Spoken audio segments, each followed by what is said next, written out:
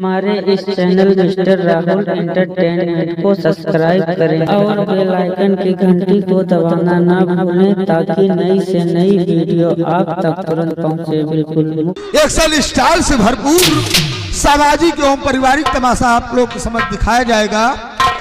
खेल होगा बहू का अत्याचार। बहू का अत्याचार बिखरा परिवार उर्फ डाकू कालीस। बहू का अत्याचार बिखरा परिवार उर्फ डाकू कालीस।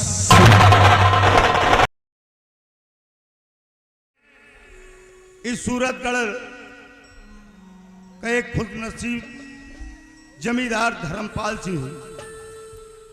दोस्तों, मैं दो भाई था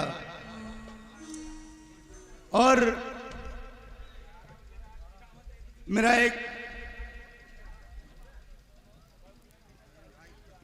मेरा भाई एक समय जूनेगढ़ के मेला देखने के लिए गया था और उस मेले से जब मेरा भाई वापस आ रहा था तो अचानक रास्ते में एक्सीडेंट हो गया और उसी एक्सीडेंट में मेरा भाई और मेरे भाई की पत्नी ईश्वर को प्यारे हो गई। इत्तेफाक से मेरे भाई के पत्नी की गोद में एक 3 साल का मासूम बच्चा था जो बच गया है। आज वो इस समय मेरा बेटा विमल बीए कर रहा है, लेकिन उसी एक्सीडेंट में मेरी पत्नी की दोनों आंखें चली गई। काश अगर मेरी पत्नी की आंखों में रोशनी होती तो कुछ काम अपने हाथों से कर लिया करती, दूसरों का सहारा नहीं लेना पड़ता। लेकिन हम अपने परिवार में, मेरा एक बेटा है और मेरी बहू है, और मेरी बहू ही नहीं मेरे घर की एक लक्ष्मी है। हम ईश्वर से यही कामना करते हैं कि जैसा आज हमारा हरा भरा खुशहाल परिवार है, इसी तरह भगवान हर परिवार को खुशहाली दे। और ये आ गए आदित्य शर्मा, छोटे से बच्चा रुपए का इनाम। हरकेश यादव, ये उनकी तरफ से 100 रुपया घर मालिक को व्यवहार। सिपाही, तुम जाकर मेरे बेटे समर सिंह को बुलाकर मेरे पास लाओ। ठीक है दादाजी, आप बैठिए, मैं बुलाकर ला रहा हूँ भैया।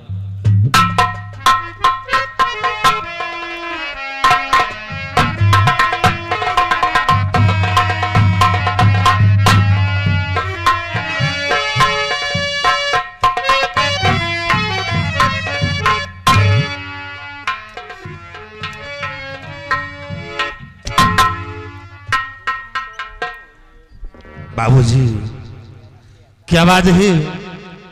क्या बेशक मुझे बुलाए हो बाबूजी? क्या बात है?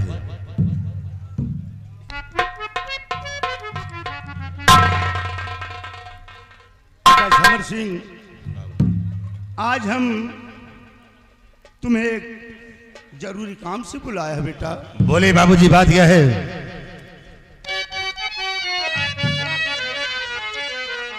बेटा समर सिंह, सुनो कि हम आज तुम्हें किस लिए बुलाए हैं। अरे समर सिंह बेटे सुनो जरा हमारी बात।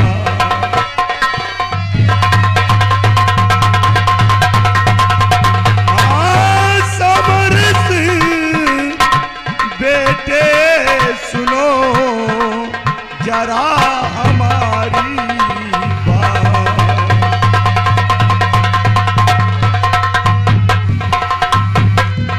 समर सिंह बेटे सुनो जरा हमारी बात और तुम्हें बताना चाहता दिल की बातें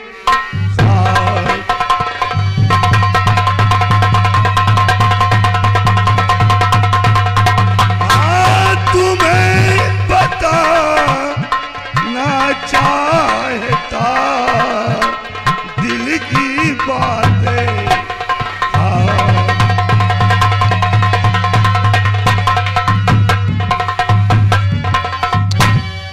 विमल सिंह जो है भाई तेरा कष्ट उसको कभी होने देना नहीं। तेरी माँ अंधी है ना दिखाता इसे सेवा करने में जी को चुराना नहीं।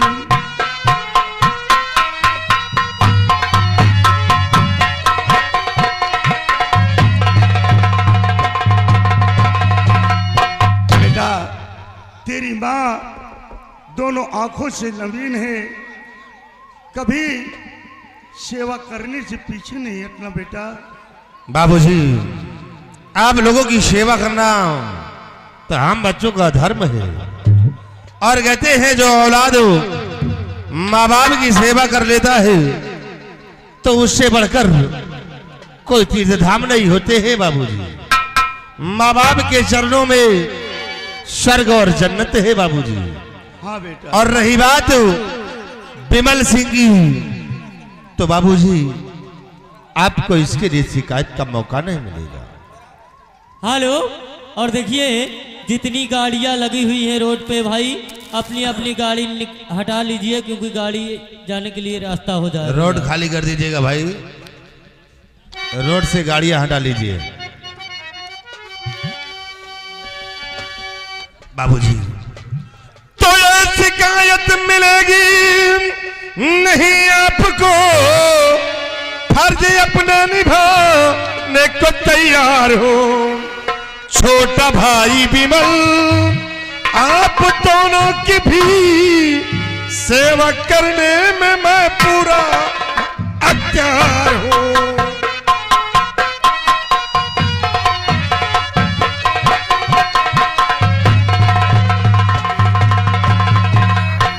छोटा भाई विमल आप दोनों की भी सेवा करने में मैं पूरा अख्तियार हूं।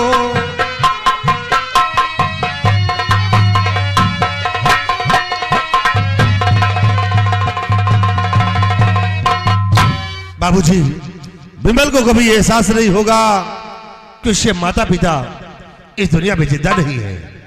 हम उसे सगे से भी बढ़कर प्यार देंगे बाबूजी, कभी शिकायत का मौका नहीं मिलेगा।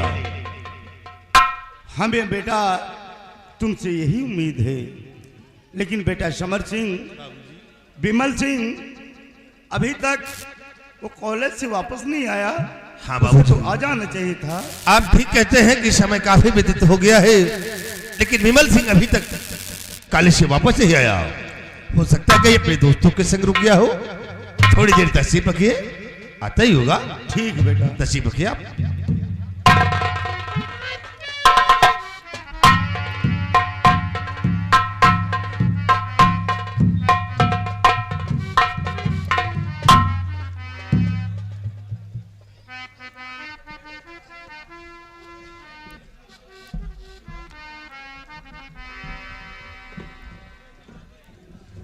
बड़े बाबूजी ऐसे कभी भी कॉलेज से आया करता था तो इस तरह आप लोगों को एक साथ बैठे मैंने कभी नहीं देखा है। आज आप लोगों को एक साथ बैठे देखकर हम बहुत खुश हैं। लेकिन बड़े बाबूजी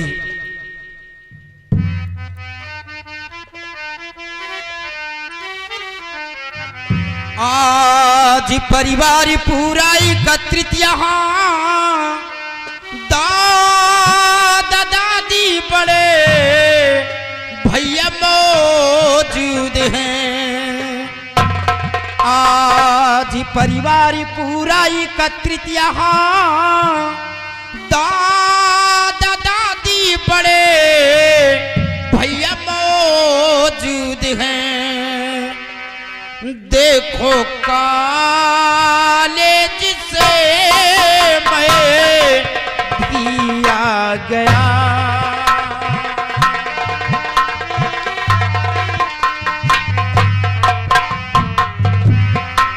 देखो कॉलेज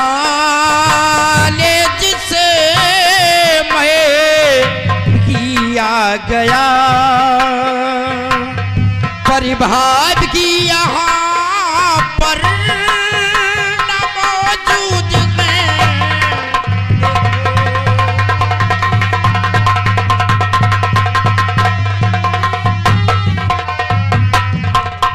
बड़े बाबूजी, हमारे घर के सारे सदस्य लोग यहाँ पर मौजूद हैं, पर भाभी जी कहीं नजर नहीं आ रही हैं। हाँ बेटा, मैं जानता था कुती तू यही बोलने वाला है। बेटा विमल, जब तेरी भाभी जब तक तुझे नहीं देखती और हर वक्त तेरे लिए हमेशा बेचैन रहती है, और तू जब तक अपनी भाभी को नहीं देख लेता तुझे भी चैन नहीं आता।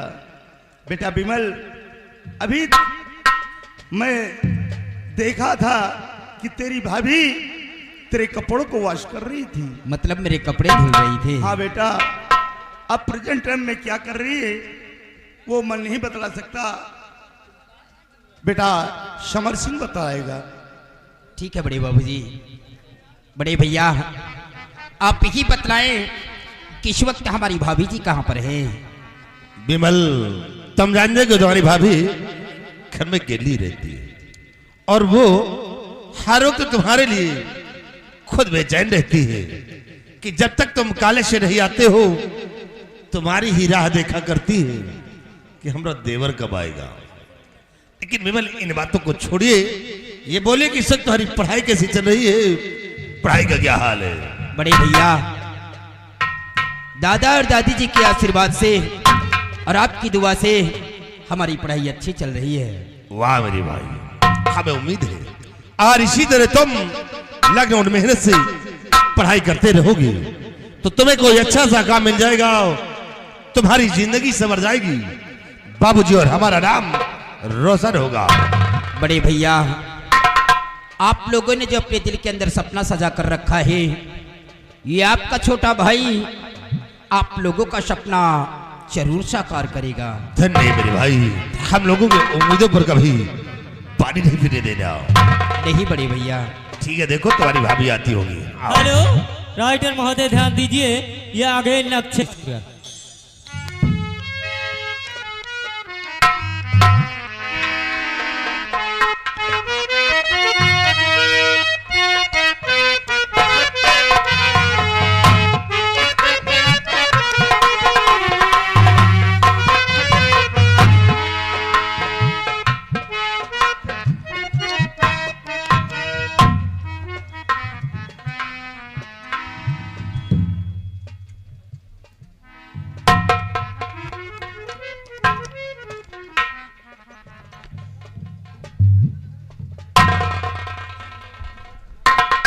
माँ और बाबूजी सभी लोग आपस में बैठकर यहाँ बातें कर रहे हैं।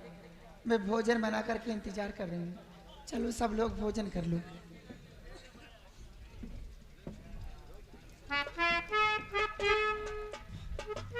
हाँ बेटी, चलो आज हम सब लोग एक साथ बैठकर भोजन करते हैं, क्योंकि उसके बाद मुझे आज खैरागढ़ जाना है बेटा।